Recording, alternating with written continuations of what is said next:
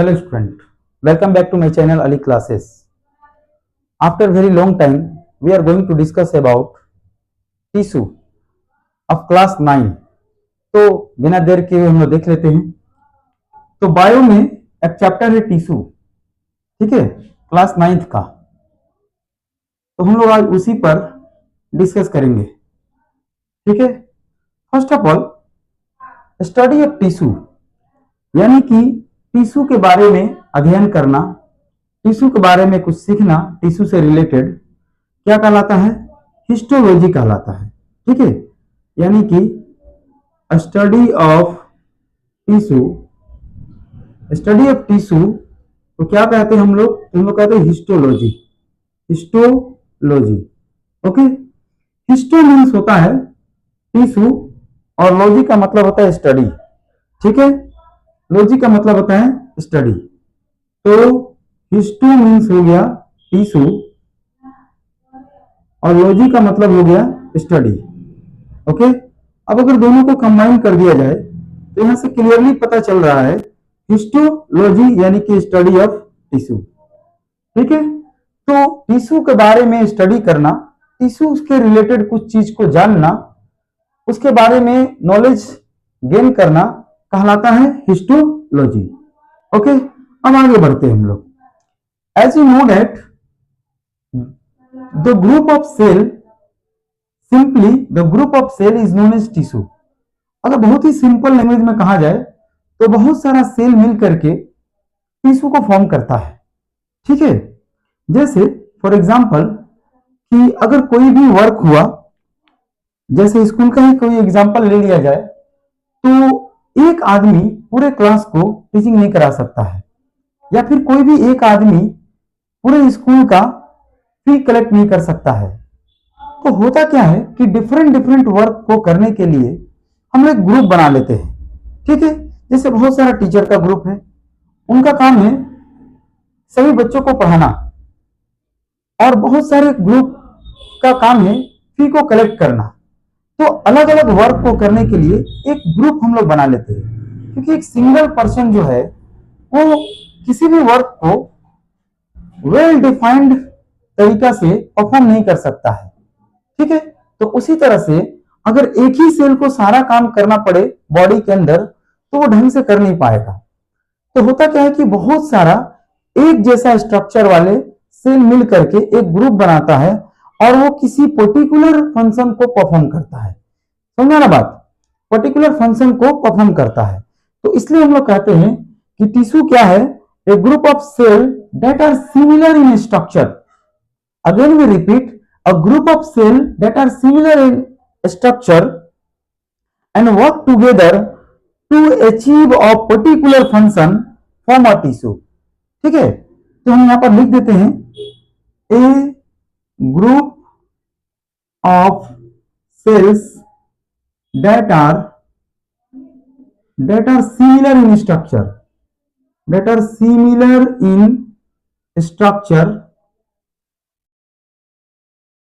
एक सेल का ग्रुप जो एक जैसा स्ट्रक्चर में है, ठीक है, that are similar in structure and work together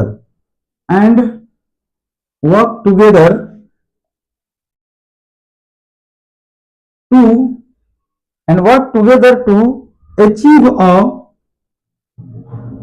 achieve a particular function form a tissue. क्या फॉर्म करेगा? फॉर्म अ टिश्यू, ठीक है। तो यहां से हम लोग समझ रहे हैं a group of cell that are similar in structure and work together to achieve a particular function, यानी किसी फंक्शन को, किसी काम को पूरा करने के लिए एक साथ मिल करके ये काम करता है, और उसी को हम लोग कहते हैं tissue, okay. I hope you understand. अगला टॉपिक हम लोग पढ़ते हैं टाइप ऑफ टिश्यू, ठीक है, टाइप ऑफ टिश्यू। तो देखिए ये चैप्टर उन्हीं को समझ में आएगा ज्यादा जो सेल के बारे में पढ़े हैं। अगर आप नहीं पढ़े हो तो जाकर के पीछे वीडियो में देख सकते हैं कि सेल के बारे में क्या कुछ है। आगे बढ़ते हैं, ये आप वीडियो को पॉज करके लिख सकते हैं, हम इसको इरेज कर देते हैं। आगे हम लोग बढ़ते हैं। ओके, देखो बेटा,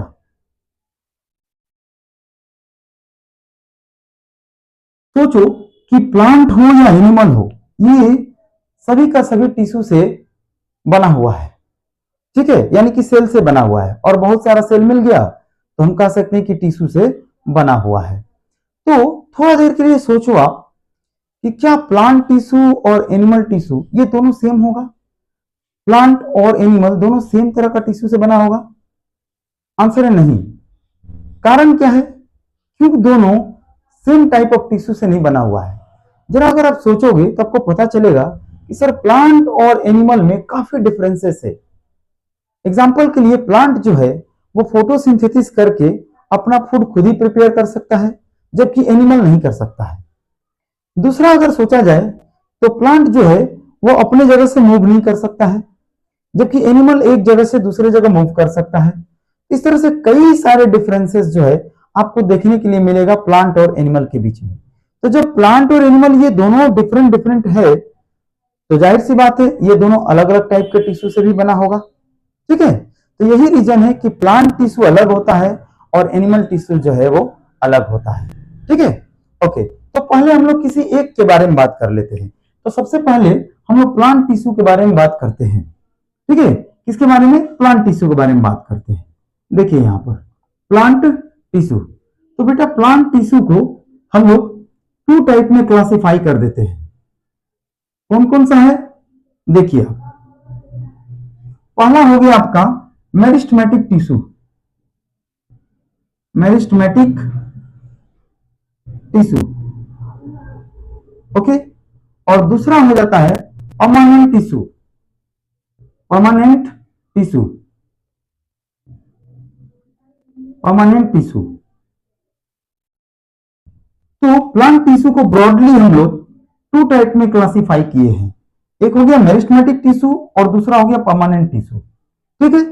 अब पहले आप इसको समझो, फिर हम लोग आगे बढ़ेंगे कि मेरिस्टेमेटिक टिश्यू को कितने पार्ट्स में डिवाइड किया गया है। तो बेटा मेरिस्टेमेटिक टिश्यू एक वैसा प्लांट टिश्यू है जिसके पास ये एबिलिटी होता है कि अपने सेल को डिवाइड कर सके, जो अपने सेल को डिवाइड कर सके। तो वैसे टिश्यू जो जिसके पास ये एबिलिटी है कि अपने सेल को डिवाइड कर सकता है, 1 से 2 हो सकता है, 2 से 4 हो सकता है, इस तरह के टिश्यूज को हम लोग कहते हैं मेरिस्टेमेटिक टिश्यू। थोड़ा सोचो कि अगर कोई भी प्लांट छोटा है तो उसमें नंबर ऑफ सेल कम होगा, और जैसे जैसे वो ग्रो करेगा उस प्लांट का वॉल्यूम बढ़ेगा, उसका हाइट बढ़ेगा, उसका लेंथ बढ़ेगा, ठीक है, ओवरऑल सब कुछ बढ़ेगा। तो इसको हम कंपेयर कर सकते हैं एक वॉल से। अगर एक छोटा वॉल है, छोटा दीवार है, तो उसमें नंबर ऑफ ब्रिक कम होगा, और जैसे जैसे उस दीवार का हाइट बढ़ते जाएगा तो क्या लगता है कि उसमें नंबर ऑफ ब्रिक और ज्यादा चाहिए। जैसे अगर एक छोटा सा वॉल है, ठीक है, इतना हाइट का वॉल है, तो इसमें बहुत सारा ब्रिक लगा होगा, बहुत सारा ब्रिक्स लगा होगा, ठीक है, बहुत सारा ईंटें लगे होंगे। लेकिन अगर हमको दीवार का हाइट बढ़ाना है तो और भी कई सारा ब्रिक को जोड़ना होगा, इसमें और भी कई सारा ब्रिक को जोड़ना होगा। यानी कि हम ये समझ रहे हैं कि अगर एक छोटा सा प्लांट को, अगर एक छोटा सा प्लांट को यहां पर हम ले लेते हैं, एक छोटा सा प्लांट को अगर देखा जाए, ठीक है, अगर इसको बढ़ना है तो फिर नंबर ऑफ सेल और भी होना चाहिए, तभी तो इसका हाइट बढ़ेगा। जैसे यहां पर वॉल का हाइट को बढ़ाने के लिए नंबर ऑफ ब्रिक्स ज्यादा चाहिए, उसी तरह से प्लांट का हाइट को बढ़ाने के लिए नंबर ऑफ सेल्स ज्यादा चाहिए। क्यों? क्योंकि वॉल जो है वो ब्रिक से बना है और प्लांट जो है वो सेल से बना है। तो जैसे जैसे प्लांट का हाइट बढ़ेगा वैसे वैसे नंबर ऑफ सेल भी क्या होगा? बढ़ना पड़ेगा। तो ये सेल जो है वो बाहर से थोड़ी आता है। जैसे ब्रिक को बाहर से ला देंगे, ब्रिक को बाहर से ला सकते हैं, लेकिन सेल को बाहर से नहीं अटैच किया जा सकता है, क्योंकि जो सेल थ्योरी हम लोग पढ़े हैं उसमें साफ साफ पढ़े हैं कि new cell is produce from pre existing cell, यानी कि जो एक पहले से सेल है वही सेल डिवाइड होकर के क्या करेगा? 2 सेल बनाएगा, यानी कि नए सेल को बनाएगा। तो पहले वाला जो सेल है वही डिवाइड होकर के क्या करता है? न्यू सेल को बनाता है, अलग से सेल नहीं आता है इसमें, ठीक है। यानी कि हमको ज्यादा सेल चाहिए, नंबर ऑफ सेल ज्यादा चाहिए, तो सेल को डिवाइड होना पड़ेगा, तभी 1 से 2 होगा, 2 से 4 होगा, और तभी इसका हाइट क्या होगा, ग्रो होगा। I hope you understand. Okay, तो आगे देखते हैं हम लोग। तो एक ऐसा टाइप ऑफ टिश्यू जिसके पास अपने सेल को डिवाइड करने की कैपेसिटी हो ग्रो करने के लिए, उसको हम बोलते हैं मेरिस्टेमेटिक टिश्यू। और आप इसको समझ गए होंगे कि यह टिश्यू केवल उसी जगह पर पाया जाएगा जो पार्ट्स ग्रो करता हो, जो पार्ट्स ग्रो करता हो, जो पार्ट्स बढ़ता हो, क्योंकि वहीं पर तो नंबर ऑफ सेल चाहिए ज्यादा। और ये सेल मिलेगा कैसे, जब एक सेल डिवाइड होगा दो सेल में, वो दूसरा सेल डिवाइड होगा आगे दो सेल में, ठीक है। इस तरह नंबर ऑफ सेल बढ़ते जाएगा। तो जो रीजन ग्रो करता है, जो पार्ट्स प्लांट का ग्रो करता है, वहां पर आपको देखने के लिए मिलेगा मेरिस्टेमेटिक टिश्यू। तो आइए हम लोग देख लेते हैं कि कौन कौन सा पार्ट्स पर जो है मेरिस्टेमेटिक टिश्यू पाया जाता है, ठीक है। देखिए यहां पर देखिए, ये एक प्लांट हो गया, ये प्लांट हो गया, देखिए, और ये इसका जो है रूट हो गया,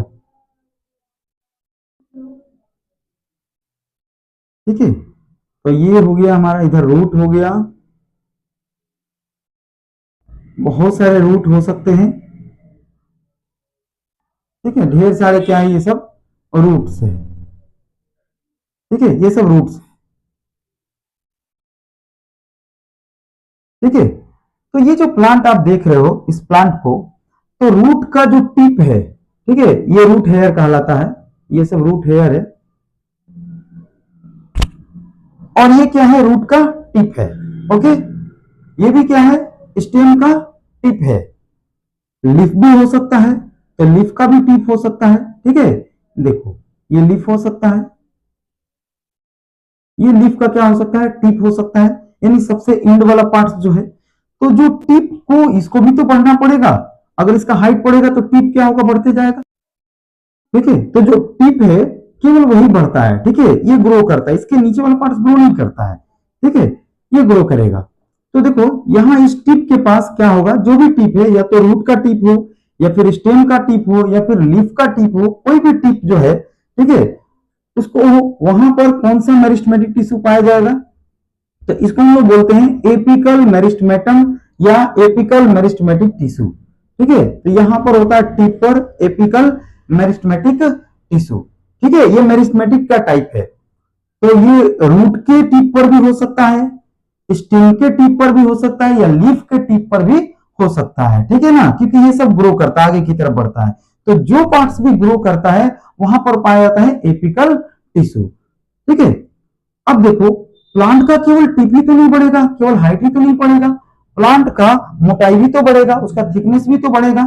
तो ये जो साइड होता है प्लांट का, इसको लेटरल कहते हैं, लेटरल साइड, ठीक है। तो ये लेटरल साइड पर जो है, जो इसकी मोटाई को बढ़ाएगा, जो इसके गर्थ को बढ़ाएगा, बायो के लैंग्वेज में गर्थ कहते हैं, जो इसके गर्थ को बढ़ाएगा उसको हम लोग कहते हैं लेटरल मेरिस्टेमेटिक टिश्यू या लेटरल मेरिस्टम। तो यहां पर जो पाया जाता है लेटरल साइड में, यहां पर होता है lateral meristematic tissue, lateral meristematic tissue, ठीक है, meristematic tissue, lateral meristematic tissue, okay. इसका काम क्या है, तो इसका काम है टिप का ग्रोथ को बढ़ाना, यानी कि लेंथ को बढ़ाना, और इसका काम क्या है, ये गर्थ को इंक्रीज करता है, ठीक है, इंक्रीजेज गर्थ, यानी कि इसका मोटाई को बढ़ाएगा, ओके, प्लांट का मोटाई को बढ़ाएगा, थिकनेस को बढ़ाएगा, और ये लेटरल साइड में पाया जाता है। अब आप देखेंगे प्लांट के ये नोड होता है, ठीक है, ये नोड होता है। आप बंबू वगैरह प्लांट में आराम से देख सकते हैं, या शुगर केन में भी आप इसको देख सकते हैं, ये नोड होता है, थोड़ा हार्ड होता है, ठीक है। तो दो नोड के बीच में, दो नोड के बीच में क्या पाया जाता है, तो यहां पर पाया जाता है इंटरकैलरी मेरिस्टम या इंटरकैलरी मेरिस्टेमेटिक टिश्यू, ठीक है। ये होता है intercalary meristematic tissue, intercalary meristematic tissue, okay, ये क्या करता है, ये दो नोड के बीच का लेंथ को बढ़ाता है, इसको नोड कहते हैं, ठीक है। ये दो नोड के बीच का लेंथ को क्या करता है, बढ़ाता है। और लेटरल मेरिस्टेमेटिक टिश्यू क्या करता है, प्लांट के गर्थ को बढ़ाता है, यानी कि इसकी मोटाई को बढ़ाता है। और एपिकल क्या करता है, इसकी टिप का लेंथ को बढ़ाता है, ठीक है। तो इस तरह से मेरिस्टेमेटिक टिश्यू को हम लोग क्लासिफाई कर सकते हैं तीन टाइप के टिश्यू में। पहला हो गया एपिकल मेरिस्टम, और सेकंड हो गया लेटरल मेरिस्टम, और थर्ड हो गया इंटर कैलरी मेरिस्टम या meristematic tissue, intercalary meristematic tissue. तो इस तरह से there are three type of meristematic tissue. First apical meristematic tissue, ठीक है, which is found on the tip, and second lateral meristematic tissue which is found on the lateral side of the plant, and intercalary meristematic tissue which is found between nodes, जो nodes के बीच में पाया जाता है। तो nodes के बीच का length कौन इंक्रीज करेगा, इंटरकैलरी। प्लांट के गर्थ को यानी मोटाई को कौन बढ़ाएगा, लेटरल। और प्लांट के टिप को बढ़ाने के लिए कौन रिस्पॉन्सिबल है, एपिकल, ठीक है। अब एक चीज देखो, आप इसको सिंपल एक प्रैक्टिकल से हम लोग देख सकते हैं कि एपिकल टिश्यू जो है वो नेसेसरी है टिप को बढ़ाने के लिए। कैसे देख सकते हैं, आपके घर में ओनियन होगा, ठीक है, आप एक प्याज को ले लो और मान लो कि ये हो गया हमारा प्याज, ठीक है, चलो गोल नहीं बना है ना, बन जाएगा ये प्याज हो गया, ठीक है, ये प्याज हो गया। प्याज में देखोगे बहुत सारा रूट होता है, छोटा छोटा, ये देखो, ठीक है, इसका झोंटा होता है। अब हमको पता है, as we know that apical tissue is found on the tip of root. कहां पाया जाएगा, टिप पर, and which is responsible to grow the length of tip, और जो कि टिप का लेंथ को बढ़ाने के लिए रिस्पॉन्सिबल होता है। तो ये बिल्कुल टिप पर पाया जाएगा। और आप क्या करो, इसको वाटर में डाल दो, ठीक है, इसका जड़ को जो है, इसका रूट को आप पानी में डाल दो, ठीक है, इस तरह से। आप देखोगे कि कुछ दिन के बाद में इसका रूट का लेंथ बढ़ जाएगा, रूट का लेंथ बढ़ जाएगा, ठीक है। ये पहले से क्या हो जाएगा, अब ये लंबा लंबा हो जाएगा, काफी इसका लेंथ क्या होगा, बढ़ जाएगा।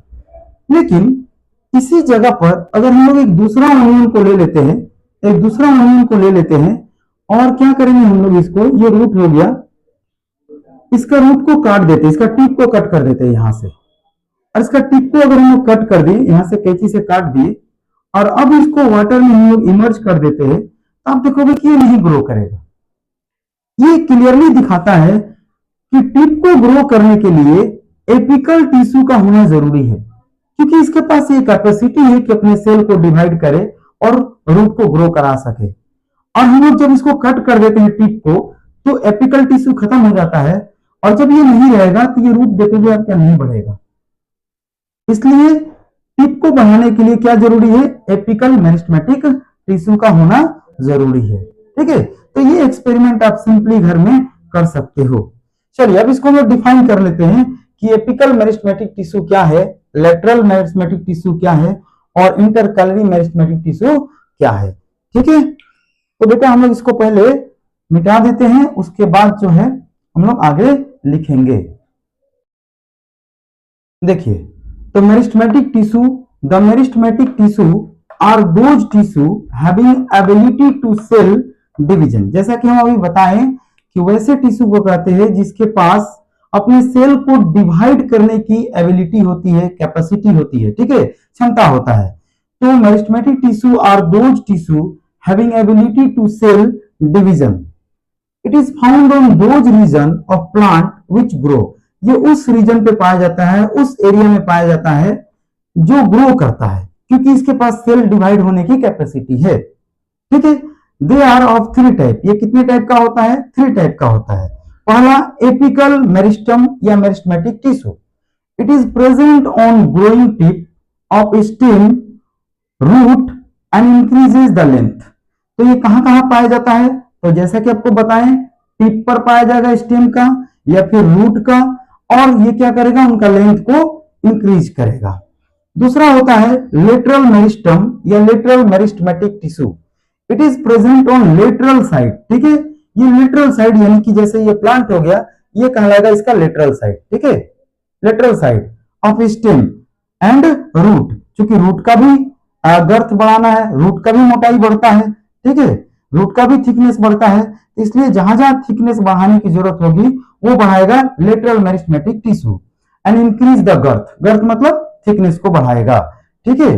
तीसरा होता है इंटरकैलरी मेरिस्टेमेटिक टिश्यू, तो इसको भी हम लोग लिख लेते हैं इंटरकैलरी मेरिस्टेमेटिक टिश्यू, ओके।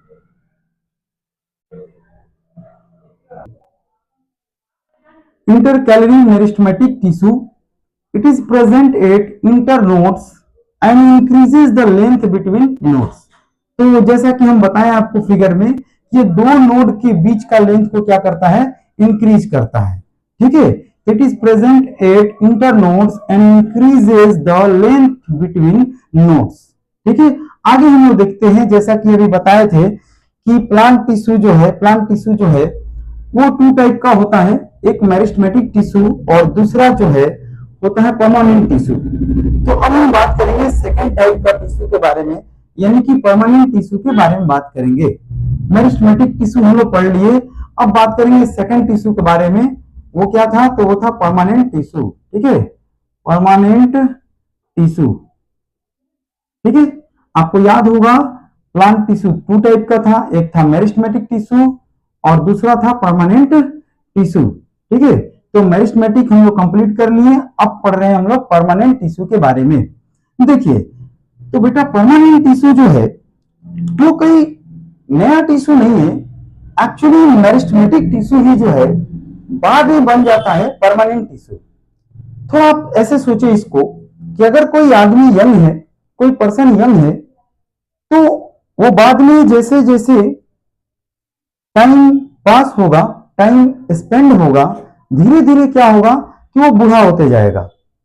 तो कोई बूढ़ा आदमी, कोई ओल्ड एज पर्सन जो है वो डायरेक्टली जन्म नहीं लेता है, एक्चुअली वो ही पहले यंग था, बाद में क्या हो गया, वो ओल्ड हो गया। उसी तरह से जब तक से टिश्यू के पास अपने सेल को डिवाइड करने की एबिलिटी होती है उसको हम लोग कहते हैं मेरिस्टेमेटिक टिश्यू। बाद में क्या होता है कि एक समय के बाद ऐसा आता है कि वो अपने सेल को डिवाइड नहीं कर पाएगा, यानी कि अपने सेल डिवीजन की एबिलिटी को वो लूज कर देता है। तो जब वो टिश्यू अपने सेल डिवीजन करने की एबिलिटी को लूज कर देगा तो वही मेरिस्टेमेटिक टिश्यू बाद में परमानेंट टिश्यू कहलाएगा। आई होप यू अंडरस्टैंड कि परमानेंट टिश्यू क्या है, एक्चुअली मेरिस्टेमेटिक टिश्यू ही है, ठीक है। हुआ क्या कि कुछ समय तक, जब तक से उसके पास सेल डिवाइड करने की एबिलिटी थी, उसको हम लोग मेरिस्टेमेटिक टिश्यू कह रहे थे, लेकिन कुछ समय के बाद वो सेल डिवाइड करने की एबिलिटी को लूज कर दिया, तो बाद में उसी को कहते हैं हम लोग परमानेंट टिश्यू, ठीक है। तो हाउ कैन वी डिफाइन, तो permanent tissue is a type of plant tissue, permanent tissue is type of plant tissue which have loosened their ability of cell division, जो अपने सेल डिवीजन की ability को loose कर दिया है उसको क्या कहेंगे हम लोग, परमानेंट टिश्यू कहेंगे। तो याद रखिएगा कि permanent tissue actually meristematic tissue को ही कहते हैं जब वो सेल डिवाइड करने की एबिलिटी को लूज कर देगा, यानी कि अब ये सेल को डिवाइड नहीं कर सकता है, ठीक है। तो कैसे इसको हम लिख सकते हैं, permanent tissue formed from meristematic tissue, ठीक है, ये टिश्यू मेरिस्टेमेटिक से ही बना हुआ है। तो permanent tissue is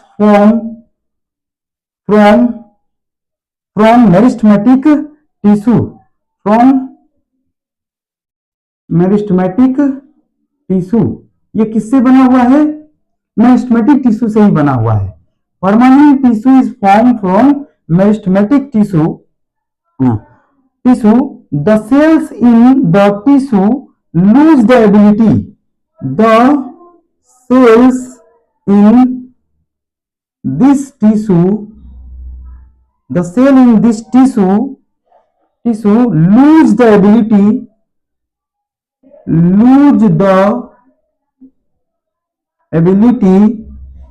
to cell division, okay, lose the ability to cell division. ठीक है, तो याद रखिएगा जब तक से उसके पास सेल डिवीजन करने की एबिलिटी थी तो उसको हम लोग मेरिस्टमेटिक कह रहे थे, और बाद में ही ओल्ड हो जाएगा यानी कि बूढ़ा हो जाएगा और उसके पास अपने सेल को डिवाइड करने की एबिलिटी खत्म हो जाएगी, तो वही मेरिस्टमेटिक टिश्यू बाद में कहलाएगा परमानेंट टिश्यू। ठीक है, आगे बढ़ा जाए। तो देखिए परमानेंट टिश्यू को भी आगे दो पार्ट्स में डिवाइड कर दिया गया है। कौन कौन सा होता है? तो ये होता है जाइलम और दूसरा होता है, सॉरी, ये होता है simple permanent tissue, simple permanent tissue, और दूसरा इसका टाइप होता है complex permanent tissue, complex permanent tissue. ठीक है, सिंपल परमानेंट टिश्यू को आगे हम लोग तीन पार्ट्स में डिवाइड कर देते हैं। कौन कौन सा पार्ट से? तो देखिए यहां पर तीन पार्ट्स में डिवाइड होता है ये। पहला होता है पैरेन्काइमा, पैरेन्काइमा, दूसरा होता है कोलेनकाइमा, कोलेनकाइमा, और तीसरा होता है स्क्लेरेनकाइमा। ठीक है, तीसरा होता है स्क्लेरेनकाइमा, स्क्लेरेनकाइमा, स्क्लेरेनकाइमा। ठीक है, तो इस तरह से ये तीन टाइप का हो गया, पैरेन्काइमा, कोलेनकाइमा और तीसरा स्क्लेरेनकाइमा। ओके, उसी तरह से कॉम्प्लेक्स परमानेंट टिश्यू को टू पार्ट्स में डिवाइड कर दिया गया। कौन कौन सा? तो पहला होता है जाइलम और दूसरा होता है फ्लोएम, दूसरा होता है फ्लोएम। अब हम लोग एक एक करके सारे टाइप के बारे में बात करेंगे। तो सबसे पहले हम लोग बात कर लेते हैं सिंपल परमानेंट टिश्यू के बारे में। ठीक है, सिंपल परमानेंट टिश्यू क्या है? जो एक ही तरह के सेल को कंपोज होने से बना है, जो एक ही टाइप के सेल को कंपोज होने से बना है, इसको हम बोलते हैं सिंपल। नाम से ही पता चल रहा है सिंपल परमानेंट टिश्यू। तो सिंपल परमानेंट टिश्यू क्या है भाई? तो it is a type of permanent tissue which contain similar या वन टाइप ऑफ सेल, जो एक ही तरह के सेल को कंटेन किया हुआ है। It consist of only one type of cell, इसको हम कहते हैं सिंपल परमानेंट टिश्यू। उसका उल्टा कॉम्प्लेक्स परमानेंट टिश्यू क्या होगा? इसमें डिफरेंट डिफरेंट टाइप का सेल जो है वो कंटेन होता है। ये अलग अलग टाइप के सेल से मिलकर के बना हुआ होता है कॉम्प्लेक्स परमानेंट टिश्यू। ठीक है, और again we repeat, simple permanent tissue क्या है? तो it is a type of permanent tissue which contain only one type of cell. ठीक है, जो एक ही तरह का सेल को कंटेन किया हुआ है, इसको बोलते हैं सिंपल परमानेंट टिश्यू।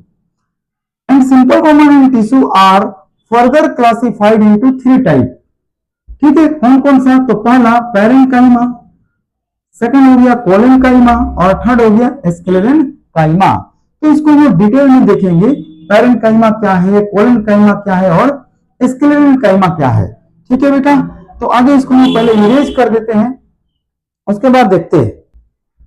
तो पहला हो गया पैरेन्काइमा, सिंपल परमानेंट टिश्यू का पहला टाइप हो गया पैरेन्काइमा। इसके बारे में हम लोग पहले डिटेल में देखते हैं। देखिए सबसे पहला पॉइंट क्या है इसका कि इट प्रोवाइड्स मैकेनिकल सपोर्ट। ये प्लांट को क्या करता है? मैकेनिकल सपोर्ट प्रोवाइड करता है। It provides mechanical, it provides mechanical support, it provides mechanical support. ये प्लांट को मजबूती देता है। ठीक है, सेकंड पॉइंट हम लोग देखते हैं, it also store the food. ये क्या कर सकता है? It also store the food, ये फूड को स्टोर करके रखता है। तीसरा पॉइंट हम लोग देख लेते हैं, it have loosely packed cell, it have loosely packed cells, इसके पास जो सेल होता है, आपको पता है ये टिश्यू है तो ग्रुप ऑफ सेल होगा, ढेर सारे सेल होगा, तो वो जो सेल पैक्ड जो होता है वो लूज होता है। कैसे होता है देखो बेटा, हम यहाँ पर फिगर को ड्रॉ करते हैं। मान लीजिए इतना बड़ा कोई टिश्यू हो गया, इसमें बहुत सारे सेल होगा, चलिए इसको मिटा ही देते हैं। तो बहुत सारे सेल जो है इसके पास होगा, तो ये जो सेल है, ये आपस में लूजली पैक्ड होता है। ठीक है, क्या होता है, ये लूजली पैक्ड सेल होता है। देखिए सेल है तो न्यूक्लियस भी होगा, साइटोप्लाज्म भी होगा, सारे कुछ होगा जो सेल में हम लोग पढ़े थे। तो ये जो एक दूसरे से पैक है ये काफी लूज है, देखो काफी ढीला है, इसके बीच में गैप है, और इसके बीच में जो गैप होता है सेल के बीच में, इस गैप को हम लोग बोलते हैं इंटरसेलुलर स्पेस। Intercellular space. अब आप समझ गए होंगे कि सर अगर ये लूजली पैक है तो इसके बीच का जो इंटरसेलुलर स्पेस है वो ज्यादा होगा। अगर हार्डली पैक होगा, टाइटली पैक्ड होगा, ये दोनों सटा हुआ रहेगा और बीच का स्पेस कम रहेगा। लेकिन अगर लूजली पैक्ड है, इसके बीच का स्पेस क्या होगा, ज्यादा होगा, और ये लचीला भी होगा। ठीक है, हार्ड बिल्कुल नहीं होगा। तो इसलिए इसका जो सेल होता है वहां तो लूजली पैक्ड होता है, और लूजली पैक्ड होने की वजह से इंटरसेलुलर स्पेस इसके पास ज्यादा होता है। ठीक है, क्या होता है, ज्यादा होता है। इंटरसेलुलर स्पेस जो है इसके पास ज्यादा होता है। ध्यान से देखिएगा, ये सेल वॉल है, क्योंकि प्लांट सेल में आप पढ़े होंगे कि सेल वॉल भी होता है, सबसे आउटर लेयर को हम लोग बोलते हैं सेल वॉल, जो सेलुलोज का बना हुआ होता है। ठीक है, तो हम लोग नेक्स्ट पॉइंट लिख सकते हैं, क्या लिख सकते हैं, it have loosely packed cell. It have loosely packed cells. ठीक है, ये तो हम लोग लिख दिए, it have loosely packed cell. ठीक है, ये पॉइंट डबल हो गया। ठीक है, नेक्स्ट पॉइंट देखते हैं, it has large intercellular space. तो लूजली पैक्ड होने की वजह से इसके बीच का इंटरसेलुलर स्पेस ज्यादा होगा, तो it have large intercellular space. It have large intercellular space. ठीक है, अगला पॉइंट हम लोग देखते हैं इसके बारे में, सबसे इंपॉर्टेंट पॉइंट है, याद रखिएगा, इट हैव लाइव सेल। इसके पास जो सेल होता है वो जिंदा होता है। ठीक है, it have live cells. Okay, and next and last point हम लोग बात कर लेते हैं, it has thin cell wall. It has thin cell wall. Thin cell wall, इसका जो सेल वॉल है वो पतला होता है। ठीक है, तो हम लोग क्या क्या देखे पैरेन्काइमा के बारे में। Again we repeat, it provides mechanical support. Second point, it also store the food. And the third point, it have loosely packed cell. And the fourth point, it have large intercellular space. अगर loosely packed है तो intercellular space ज्यादा होगा। It have live cell and it is thin cell wall. ठीक है, अब second type था हम लोग का कोलेनकाइमा। लेकिन उससे पहले एक चीज और आप समझिए, ध्यान रखिएगा इस चीज को, क्योंकि पैरेन्काइमा के पास जो है वो क्लोरोप्लास्ट होता है। ठीक है, पैरेन्काइमा के पास क्या होता है, क्लोरोप्लास्ट होता है, इसलिए इसका दूसरा नाम क्लोरेनकाइमा भी कहा जाता है। अक्सर बच्चा कंफ्यूज हो जाता है, वो सोचता है कि कोलेनकाइमा, भाई कोलेनकाइमा नहीं कह रहे हम कह रहे क्लोरेनकाइमा। कोलेनकाइमा तो सेकंड टाइप हुआ। ठीक है, हम कह रहे इसका दूसरा नाम क्या है, क्लोरेनकाइमा। Chlorenchyma, chlorenchyma. ठीक है, क्यों इसको क्लोरेनकाइमा कहा जाता है, अक्सर एग्जाम में पूछा जाता है कि वाई पैरेन्काइमा, वाई पैरेन्काइमा। ठीक है, तो पैरेन्काइमा के पास क्लोरोप्लास्ट होता है। ठीक है, और इसलिए क्लोरोप्लास्ट होने की वजह से इसका दूसरा नाम है, क्लोरोप्लास्ट से हो गया क्लोरेनकाइमा। ओके, अब एक चीज और, जितने भी एक्वेटिक प्लांट है तो एक्वेटिक प्लांट में जो है एक लार्ज एयर कैविटी होता है। कैविटी का मतलब खाली जगह जिसमें हवा भरा हुआ रहता है, ठीक है। और वो हवा भरने की वजह से क्या होता है, आप देखे होंगे एक्वेटिक प्लांट में कोई फ्लावर वगैरह, तो उसमें पाइप लाइक स्ट्रक्चर होता है, ठीक है। इस तरह से पाइप लाइक स्ट्रक्चर होता है और ये पूरा खाली होता है, इसमें हवा भरा हुआ रहता है, ठीक है। इसमें क्या भरा हुआ रहता है, हवा भरा हुआ रहता है, एयर रहता है। तो एयर क्या करता है कि इसकी डेंसिटी को कम करता है, और डेंसिटी कम होने की वजह से क्या करता है कि ये वाटर के ऊपर में फ्लोट करता है।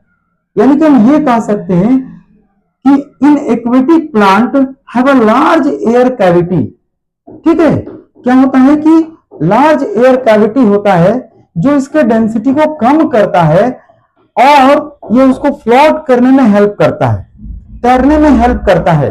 तो चूंकि इसमें लार्ज एयर कैविटी है तो एयर से इसका दूसरा नाम पड़ गया एरेनकाइमा, ठीक है। तो पेरेनकाइमा का एक और नाम है एरेनकाइमा, ठीक है। क्या नाम है, aerenchyma.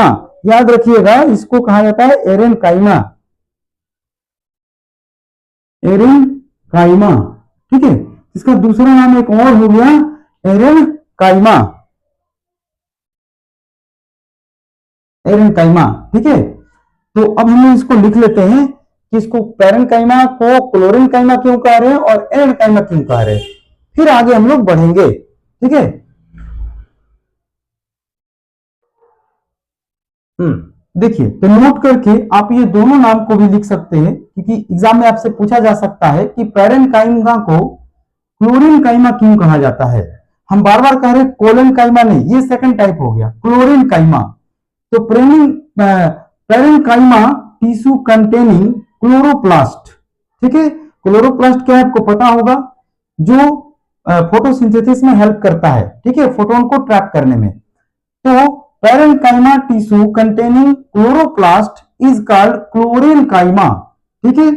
Also in aquatic plant, यानी कि जो वाटर में रहता है, large air cavity are present in parenchyma, large air cavities are present in parenchyma to help them to float.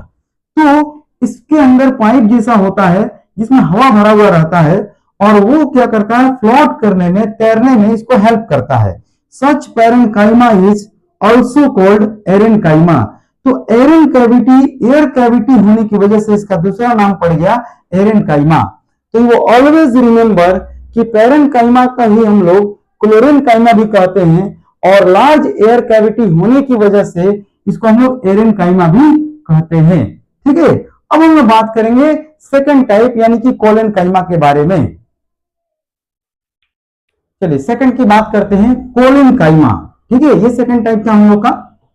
तो कोलेनकाइमा जो है, इसका फर्स्ट पॉइंट इसके बारे में हम लोग देखते हैं कि it provides mechanical support.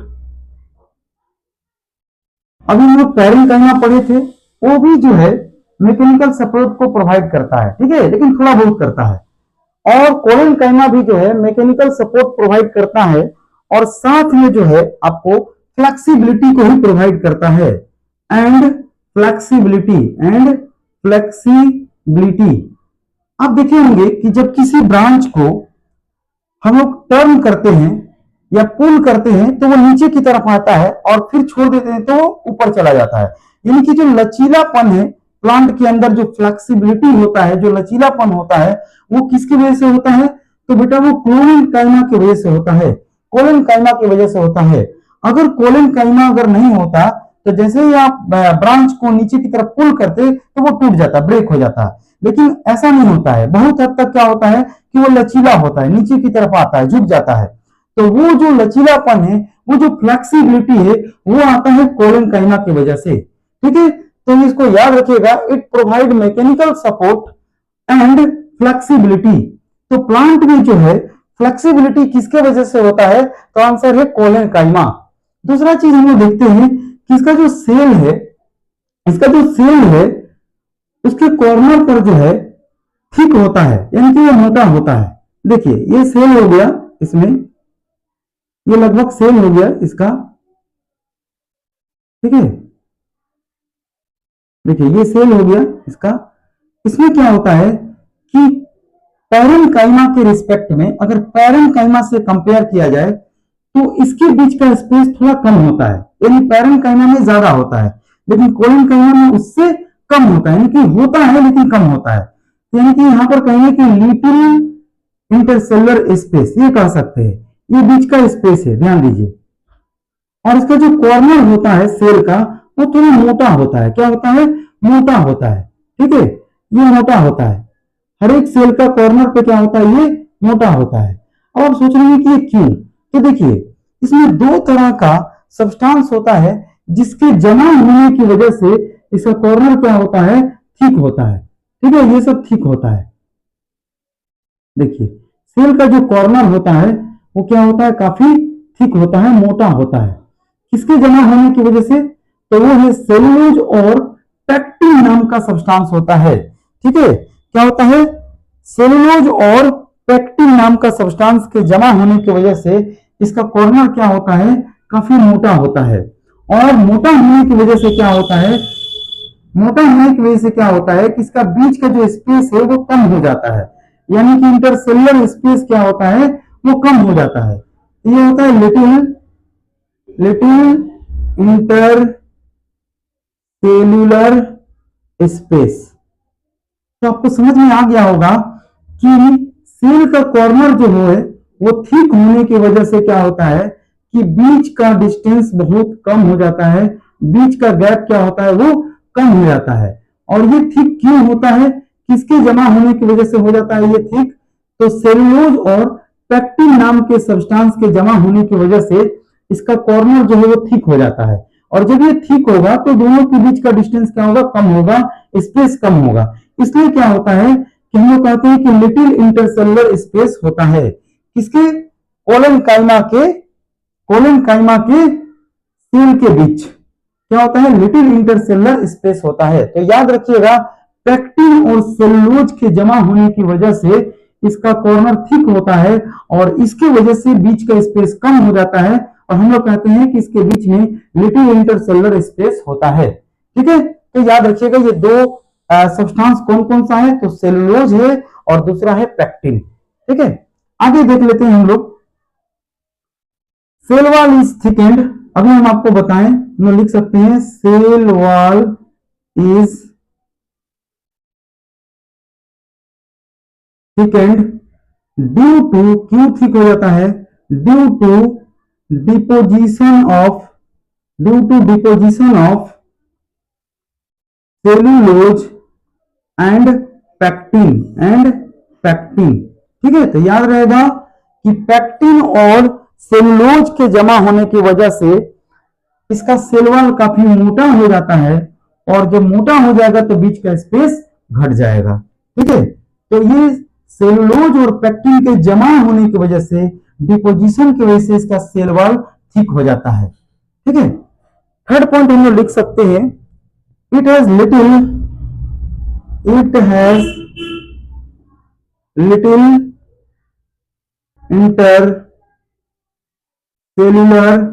Space, it is little intercellular space. Next point हम लोग लिख सकते हैं, जैसा कि पैरेन्काइमा में हम लोग पढ़े थे कि उसका सेल लाइव होता है, इसका भी सेल लाइव होता है। याद रखिएगा, आपको डिफरेंस लिखने में हेल्प मिलेगा। तो they have also live cells, ठीक है। तो पहला क्या करता है? तो पहला पॉइंट है कि मैकेनिकल सपोर्ट के साथ साथ फ्लेक्सिबिलिटी को देता है।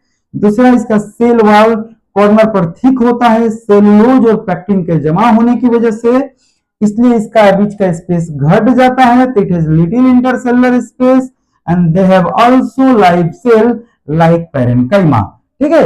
एंड थर्ड टाइप की बात कर रहे थे हम लोग, स्क्लेरेन्काइमा के बारे में बात करेंगे अब हम लोग।